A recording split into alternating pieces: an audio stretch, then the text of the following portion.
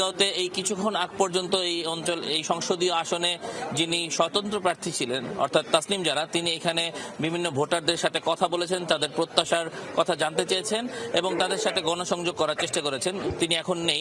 আমরা এখন যেখানে দাঁড়িয়ে আছি এই জায়গাটি এই অঞ্চলের মানুষের জন্য খুব পরিচিত, বাদশা টি স্টল।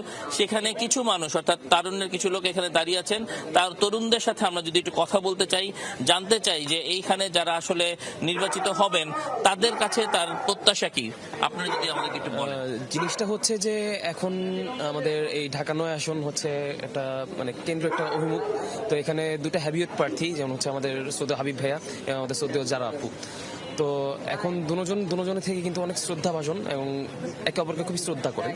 তো সেক্ষেত্রে মানে এখন যিনি নির্বাচিত হবেন তারা তাদের প্রত্যাশা এবং তাদের এটা সব অবশ্যই তাদেরকে এরা প্রতিজ্ঞাবদ্ধ হয়ে তারা কাজটা করবে। তো আমরাও চাই যাতে সঠিক বিবেচিত ব্যক্তি যেন আমাদের কাছে সংসদ সদস্য হিসেবে যেন আমাদের কাছে আসে। আর খিলগার যে একটা বিষয় যেটা রয়েছে গ্যাসের সংকট, গ্যাসের প্রবলেম, আপনারা দেখতে পারবেন যে রমজান হলে একটা গ্যাসের একটা সংকট থাকে। যেহেতু আমাদের শ্রদ্ধেয় জারাপু একটা অঙ্গীকার দিয়েছেন যে গ্যাসের আমরা যদি সাপোর্ট বা গ্যাসের সার্ভিসটা যদি আমরা প্রপারলি ভাবে না পাই তাহলে যেন বিলটা যাতে না হয়, এটা যেন অধিবেশনে পাস করবেন। তো সেক্ষেত্রে